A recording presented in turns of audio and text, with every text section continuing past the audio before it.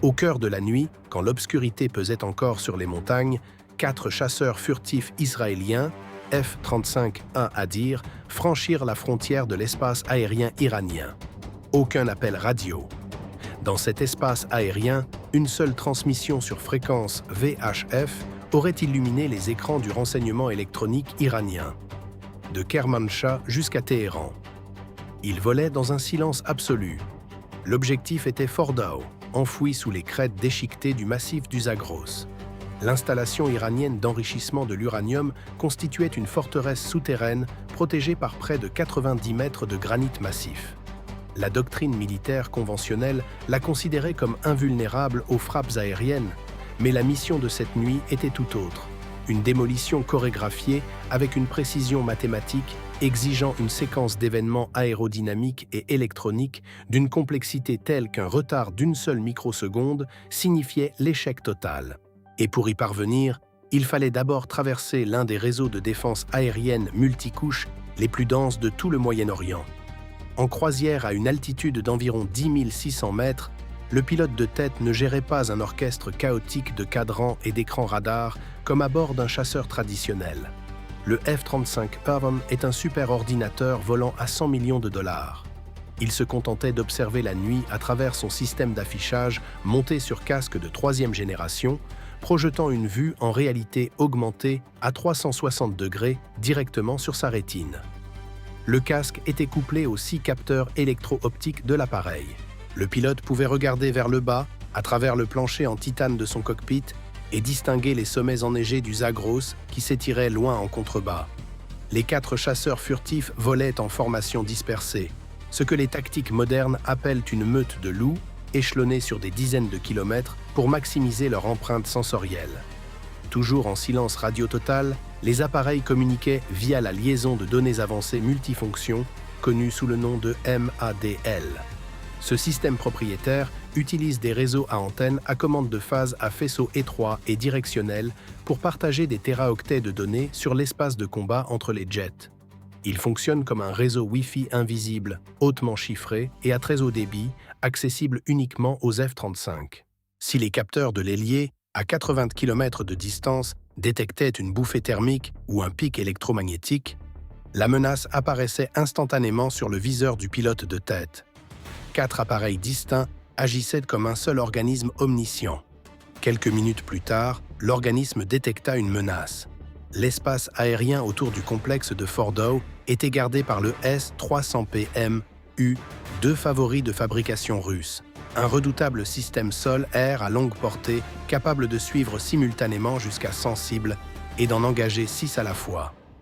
En bas, dans le véhicule de commandement iranien, les opérateurs surveillaient leurs écrans avec une attention soutenue.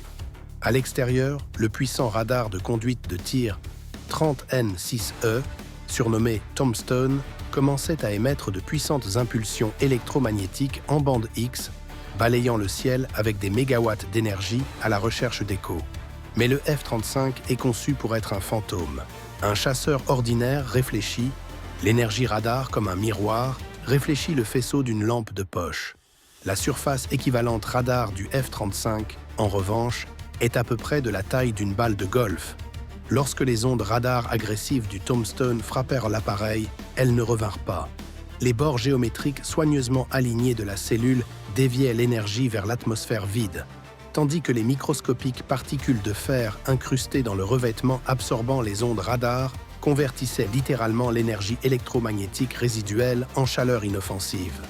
Dans le véhicule de commandement du S-300, les écrans radars à plusieurs millions de dollars n'affichaient rien d'autre que le bruit statique d'une nuit tranquille. Mais dans le cockpit, le F-35I disséquait déjà sa proie. La suite de guerre électronique ASQ-239. Barracuda détecta les émissions du Tombstone à la milliseconde où elles touchèrent l'appareil. Les algorithmes de la suite décomposèrent automatiquement l'impulsion radar jusqu'à son noyau mathématique, analysant sa fréquence de répétition d'impulsion, sa longueur d'onde et son amplitude. Sans que le pilote n'appuie sur un seul bouton, l'ordinateur de bord classa la menace, la recroisa avec une bibliothèque mondiale de menaces, triangula ses coordonnées géographiques exactes à 2 mètres près et dessina un diamant rouge lumineux sur le viseur en réalité augmentée du pilote. Le chasseur avait, sans le savoir, révélé sa position exacte à sa proie. Environ 20 minutes après la détection initiale, le chef de formation décida qu'il était temps d'aveugler le cyclope. À une distance d'environ 70 km, bien au-delà de la portée de détection effective des opérateurs radars iraniens, le pilote pressa la gâchette de largage d'armement sur son manche de commande droit.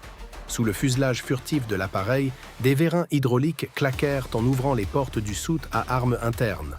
C'est le moment le plus vulnérable pour un chasseur furtif. L'ouverture des portes compromettait brièvement la géométrie aérodynamique de l'appareil et créait un réflecteur radar. Les portes restèrent ouvertes moins d'une seconde et 2 dixièmes, juste assez longtemps pour que les éjecteurs pneumatiques propulsent violemment une paire de bombes de petit diamètre GBU-39 dans l'air glacial de la nuit. En quelques instants, 8 bombes de petit diamètre étaient en chute libre depuis l'ensemble de la formation. Ces munitions ne sont pas des bombes à fragmentation ordinaire. Ce sont des planeurs autonomes à guidage de précision. Immédiatement après s'être séparés de l'appareil, leurs ailes caractéristiques en forme de losange s'ouvrirent en claquant, saisissant l'air raréfié à 10 600 mètres d'altitude. Au coût d'environ 40 000 $ pièce, la bombe de petit diamètre est l'une des munitions les moins chères de l'arsenal israélien, moins coûteuse qu'une Honda Accord en version de base. Mais l'armée ne paie pas pour la puissance brute de la charge explosive. Elle paie pour l'efficacité mathématique. La bombe ne pèse qu'environ 113 kg avec une charge militaire de seulement 16 kg d'explosifs à haute performance AFX 757. Elle n'a pas besoin de raser un pâté de maison. Elle doit seulement sectionner un faisceau précis de câbles à fibres optiques ou pulvériser une antenne radar délicate. S'appuyant sur un GPS militaire anti-brouillage et sur des systèmes de navigation inertielle d'une précision extrême, les 8 bombes ailées entamèrent un vol plané silencieux et progressif en direction de la batterie S-300. Elle ne disposait d'aucun moteur, n'émettant aucune signature thermique détectable par les capteurs infrarouges iraniens. Quelques minutes plus tard, le radar Tombstone enregistra enfin les munitions entrantes. Les bombes avaient franchi le seuil des 25 km et leur petit corps métallique générait désormais un écho suffisamment fort pour que le système de fabrication russe les identifie. À l'intérieur du véhicule de commandement iranien, les alarmes retentirent. Les protocoles de défense automatisés s'enclenchèrent instantanément. Les lourds tubes de lancement verticaux sur les rampes de lancement éjectèrent leurs couvercles et les énormes missiles intercepteurs 48N6E jaillirent vers le ciel, leurs propulseurs à combustible solide transformant le désert dans l'obscurité totale en une lumière aveuglante. Mais les opérateurs iraniens se trouvaient confrontés à un problème physique insoluble. Le S-300 avait été conçu pendant la guerre froide pour abattre d'immenses bombardiers B-52 et des missiles balistiques à grande vitesse. Il n'avait pas été programmé pour intercepter un essaim de minuscules fléchettes aérodynamiques, non propulsées, plongeant selon des trajectoires de vol plané complexes et très inclinées. Les énormes missiles intercepteurs fonçaient dans le ciel à Mach 6, cherchant désespérément à réduire leur vitesse considérable pour se retourner et intercepter les agiles planeurs. Mais leur rayon de virage était tout simplement trop large. Les intercepteurs dépassèrent leur cible, leurs fusées de proximité détonnant inutilement dans l'air vide derrière les bombes en chute.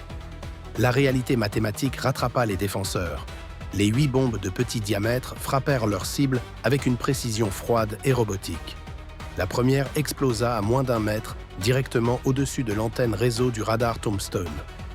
Son enveloppe en fibre de carbone se fracassa en libérant des milliers de fragments de tungstène qui déchiquetèrent les délicates antennes à commande de phase comme du papier mouillé. Le radar vacilla follement sur son axe, crachant des étincelles et de la fumée. La deuxième bombe traversa le toit du véhicule de commandement et de contrôle, explosant instantanément et réduisant définitivement l'équipe d'opération au silence. Les bombes restantes frappèrent les imposants lanceurs sur rampe. Les détonations qui s'ensuivirent percèrent les réservoirs sous pression de propergol solide des missiles intercepteurs encore en position. Une explosion secondaire catastrophique déchira la surface du désert. Une boule de feu de plus de 150 mètres de diamètre illumina les faces rocheuses et déchiquetées de Fordow. L'œil électronique implacable du S-300 avait été arraché. La bulle de défense aérienne sophistiquée avait été crevée. Les F-35 virèrent nonchalamment vers le nord pour entrer en circuit d'attente à haute altitude. Ils avèrent défoncé la porte, mais leur chargement interne léger ne pouvait pas égratigner la véritable cible. Ils agissaient désormais comme des observateurs avancés, utilisant leurs capteurs électro-optiques pour retransmettre en vidéo thermique haute définition le site radar en flammes vers Tel Aviv. La scène était prête pour les poids lourds. Environ 20 minutes plus tard, le grondement basse fréquence, vibrant jusqu'aux os, des moteurs Pratt et Whitney F-Cent PW229 annonça l'arrivée de la deuxième vague. 4 F-15I Raham, qui signifie tonnerre en hébreu, des Strike Eagles, surgirent de la stratosphère en accélérant vers la zone cible. Contrairement aux furtifs F-35 qui reposaient sur l'invisibilité, les F-15 ne faisaient absolument aucun effort pour se dissimuler. Leur surface équivalente radar était de la taille d'une grange et leurs deux moteurs dégageaient une signature thermique considérable. Mais ils n'avaient pas besoin de se cacher. L'espace aérien était dégagé et ils apportèrent quelque chose que les F-35 ne pouvaient pas offrir. Une masse brute et intransigeante. Si le F-35 est un scalpel en fibre de carbone, le F-15 est un semi-remorque chargé de dynamite. Les deux moteurs généraient une poussée combinée d'environ 26 000 kg, une nécessité compte tenu du poids absurde suspendu sous leurs ailes.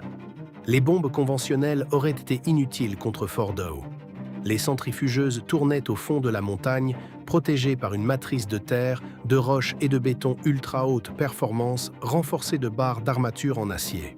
Arrimées au réservoir carburant conforme de chaque F-15, une paire de bombes perforantes GBU 72 à 2200 kg attendait sa cible.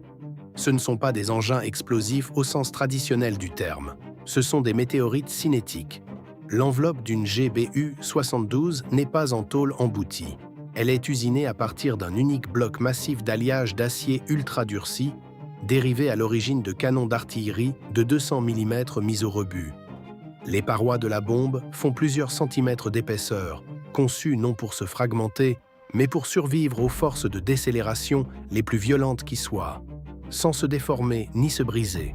Lorsque la formation fut en position, le pilote de tête du F-15 Prumr initia une manœuvre de cabré lâché depuis une altitude d'environ 12 000 mètres. Volant à Mach 1,2, il redressa le nez de son lourd chasseur selon un angle précis de 30 degrés et appuya sur le bouton de largage. Les boulons explosifs détonèrent et environ 4 500 kg d'armement se séparèrent de l'appareil. En larguant les bombes lors d'une montée à vitesse supersonique, le pilote lança les énormes projectiles de 2200 kg dans une haute trajectoire balistique. Ils s'élevèrent encore de plusieurs milliers de mètres dans la haute atmosphère raréfiée avant d'atteindre leur apex. Puis la gravité prit le relais. À mesure que les massives colonnes d'acier plongeaient vers la montagne iranienne, elles accélérèrent inexorablement. Lorsqu'elles passèrent sous les 3000 mètres, elles tombaient à des vitesses proches du supersonique. Dans le cockpit arrière du F-15, l'officier système d'armes maintint son pod de désignation laser verrouillé en plein centre d'une coordonnée géographique précise sur le flanc de la montagne. Un point que des géologues et des ingénieurs structuraux israéliens avaient calculé comme le point de faiblesse portant critique du massif. Puis l'équation de l'énergie cinétique, un demi-fois la masse multipliée par le carré de la vitesse, fut résolue de façon violente. La première GBU 72 percuta le flanc de la montagne à plus de 1200 km/h. Le son de l'impact ressembla à un tremblement de terre localisé. Le nez en acier trempé de la bombe frappa le granit. La terre, la roche et la couche superficielle n'opposèrent aucune résistance. L'énergie cinétique colossale permit à l'enveloppe en acier de percer la roche comme une aiguille chauffée à blanc traversant un bloc de cire. Mais le véritable génie de cette arme ne résidait pas dans son acier durci, mais dans le petit cerveau électronique logé au plus profond de sa queue, le fusée intelligente pour cible durcie. Un fusée à impact traditionnel aurait fait exploser la bombe au moment du contact avec le sol, créant un spectaculaire mais inoffensif cratère en surface. Un fusée à retardement standard aurait pu détonner trop tôt, alors que la bombe était encore dans la roche, ou trop tard, enfouie dans le soubassement rocheux sous l'installation. La fusée intelligente fonctionne selon un principe entièrement différent. Elle utilise des accéléromètres micro-usinés extrêmement sensibles pour mesurer les forces de décélération exactes en unité de gravité à mesure que la bombe broie son chemin à travers la Terre. Alors que la première bombe progressait à travers 9 mètres de granit massif, la fusée ressentit la résistance immense. Puis la bombe heurta la première couche de béton armé et la fusée enregistra le pic soudain de décélération. Elle suivait mathématiquement son propre voyage, roche, béton, acier. Puis, soudainement, la bombe perça le plafond de la salle d'enrichissement souterraine et les forces de décélération tombèrent brièvement à zéro tandis que l'engin traversait l'air vide de la pièce. Le microprocesseur reconnut immédiatement le vide. Il avait trouvé la salle. La fusée attendit exactement 2 millisecondes pour s'assurer que la bombe était entièrement à l'intérieur, puis envoya un courant électrique au détonateur. Plus de 450 kg d'explosifs à haute performance P, BXN-109 détonèrent instantanément. Mais la destruction ne vint pas des éclats. Parce que la bombe avait explosé à l'intérieur d'une boîte en béton, armée souterraine et hermétiquement close, l'onde de surpression explosive n'avait nulle part où se dissiper. L'onde de choc se propagea à plus de 7600 mètres par seconde, frappant les murs en béton, se réfléchissant sur elle-même et multipliant sa force de façon géométrique. La pression ambiante à l'intérieur de la salle monta à des milliers de livres par pouce carré en une fraction de seconde. Les délicates centrifugeuses à uranium tournant à grande vitesse ne se brisèrent pas simplement. Elles furent atomisées par l'onde de pression. Les piliers de soutènement en acier supportant le plafond fléchirent vers l'extérieur comme des canettes de soda écrasées. Exactement 1 seconde et demie plus tard, l'arme du deuxième F-15 arriva. Son autodirecteur laser la guida directement dans l'immense cratère fumant laissé par la première bombe. Parce que la première arme avait déjà dégagé la couche superficielle et affaibli le socle rocheux, la deuxième GBU-72 pénétra encore plus profondément, plongeant dans les niveaux inférieurs du complexe avant que sa fusée intelligente ne détecte un vide et ne déclenche un second événement catastrophique de surpression. Puis vint la troisième bombe. Et la quatrième. Chaque frappe successive exploitait la destruction de la précédente, forant un puits vertical de dévastation toujours plus profond au cœur de la montagne. La séquence était minutieusement synchronisée pour s'assurer que les ondes de choc des détonations inférieures remontaient vers le haut au moment précis où l'intégrité structurelle des niveaux supérieurs cédait complètement. Peu après, la physique géologique du massif du Zagros ne pouvait plus soutenir les entrailles évidées et brisées de la montagne. La surface du massif se souleva littéralement pendant une fraction de seconde, vomissant un immense panache de roches pulvérisées, de poussière de béton et de feux incandescents dans le ciel nocturne. Puis la gravité reprit ses droits. Des millions de tonnes de granit fracturé s'effondrèrent vers l'intérieur sur l'installation vaporisée, scellant le complexe souterrain à jamais sous un paysage chaotique de décombres. Haut au-dessus du nuage de poussière, les F-15 Raham virèrent déjà durement vers l'ouest, leur post-combustion brillant d'un bleu vif tandis qu'ils fonçaient vers un espace aérien ami. Leur lourde besogne était accomplie.